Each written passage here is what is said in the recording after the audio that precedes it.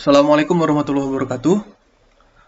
Kali ini video kita akan mencoba membahas mengenai traceroute ya, mekanisme traceroute seperti apa. Traceroute ini banyak dipakai ya sama teman-teman di IT, baik di IT application ataupun di infrastructure atau networking gitu ya, untuk mengetahui performansi dari network mereka gitu. Cukup walaupun basic ya, traceroute ini sebetulnya cukup baik gitu ya untuk memberikan informasi kepada kita mengenai performansi network. Tapi ada catch-nya di sini. Kita harus paham bagaimana sebenarnya traceroute ini bekerja supaya kita tidak salah langkah dalam menentukan problem itu ada di mana begitu. Baik, kita coba aja langsung ya, bahwa traceroute ini itu sebetulnya hampir sama dengan ICMP gitu ya. Cuma bedanya, kalau ICMP itu, dia cuma satu paket aja yang dikirim. Dia cuma satu paket aja dengan TTL itu maksimum, biasanya 255. Ya. TTL ini apa? Itu adalah time to live. Time to live itu apa? Itu artinya adalah jumlah hop maksimum yang dapat dilewati si paket tersebut.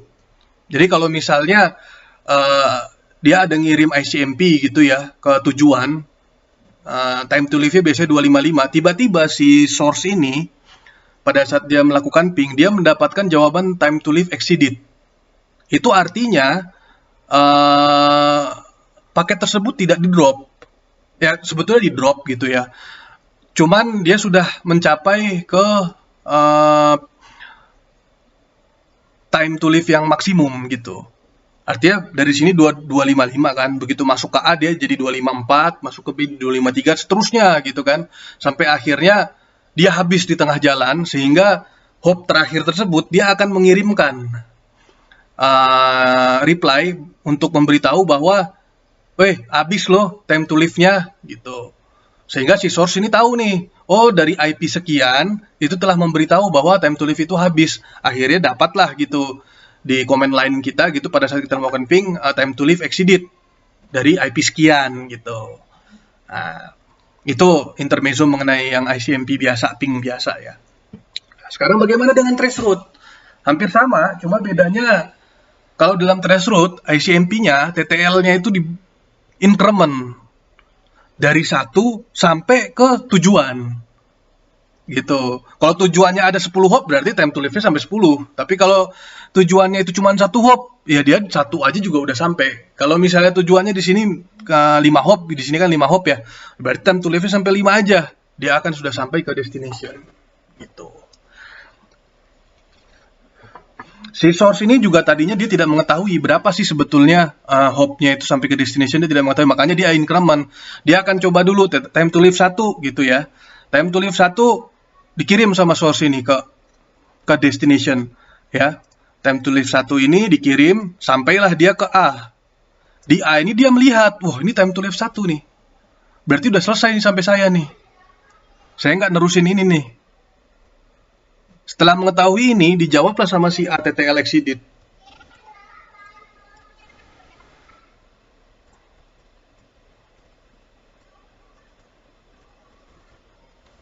TTL exceeded. Dikirim ke source. Dikirim ke source. Ya kan?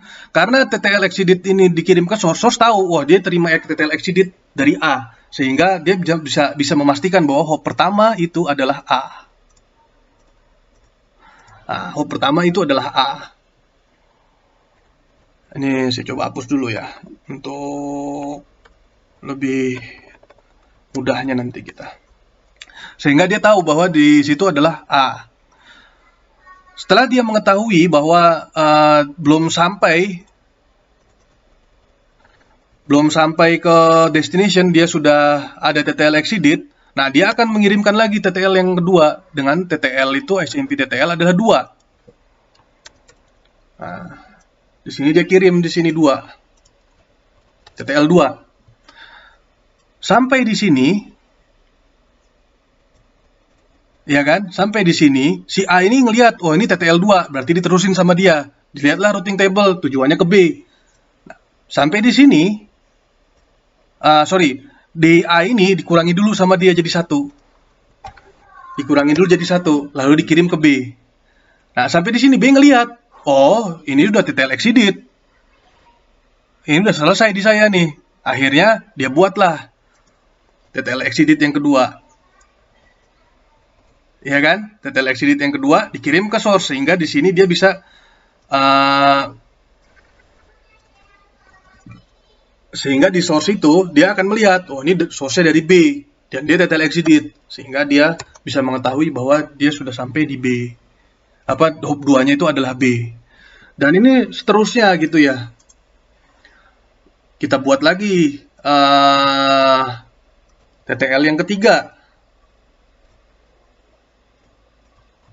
TTL 3 di sini. Ya kan? Nah, TTL 3 dikirim ke sini. Oh, ini masih 3 nih. Artinya dikurangi 2 sama dia. Dikiriminlah ke B. Sampai di sini dilihat, masih 2, dikurangi 1 sama dia. Jadi 1, dikirimlah ke C. Dikirimlah ke C. Di C dia lihat, udah 1. Dan belum sampai destination. Si C kirimlah TTL exceeded ke source, sehingga di sini source itu bisa mengetahui bahwa hop ketiganya itu adalah C. Karena ada informasi source address di sini kan, jadinya supaya dia tahu lah gitu. Lalu yang berikutnya lagi, dan seterusnya lah ya. Di sini D sampai yang terakhir itu TTL 5 itu adalah E gitu. Nah, sekarang bagaimana kalau misalnya begitu kita lakukan traceroute di sini, ya kan? Ada kejadian di sini misalnya 0%, di sini 0%. Jadi kan ini kan berkali-kali nih ya. Kalau melakukan mtraceroute, ya mtraceroute, TTL 1 ini dikirimnya berkali-kali, TTL 2 berkali-kali, TTL 3 berkali-kali, dan seterusnya. TTL 5-nya juga berkali-kali dikirimnya. Sehingga kelihatan tuh, hop pertama, hop kedua, hop ketiga, hop keempat gitu kan kelihatan semua tuh. Nah, di sini kita cek misalnya di sini 0%, di sini 0%, 0%, 0%. Nah, kalau seperti ini nggak ada masalah ya. Nggak ada masalah. Tapi kalau misalnya di sini tiba-tiba di C itu ada 40% di sini. Tapi yang lainnya oke. Di sini aja nih yang masalah nih. Tapi yang lainnya oke. Nah, kira-kira isu nggak? Di C ini ada isu atau nggak kira-kira? Kalau kita sudah mengetahui ya,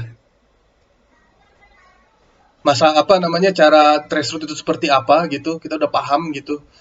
Tiba-tiba ada 50% di sini. Tapi loss-nya dari sini sampai ke sini, sampai ke destination, dari source sampai ke destination, itu nggak ada loss. Nah, jawaban yang benar itu sebenarnya nggak ada isu. Kenapa? Karena ini hanya kejadian di yang TTL-nya itu sama dengan 3 saja. Jadi kalau TTL 3, sampai di sini ada 3, di sini 2, di sini 1, ya kan? Begitu tahu 1 di sini, si C ini kemungkinan ada mekanisme dia ngedropping ICMP yang TTL-nya sama dengan 1 dan tujuannya bukan dia. Bisa jadi karena dia itu adalah backbone dan lain sebagainya, begitu kan? Nah, itu di drop sama dia. Cuman begitu masuk TTL 4 sama TTL 5 itu terus, nggak ada masalah. Artinya secara network sebetulnya itu tidak bermasalah.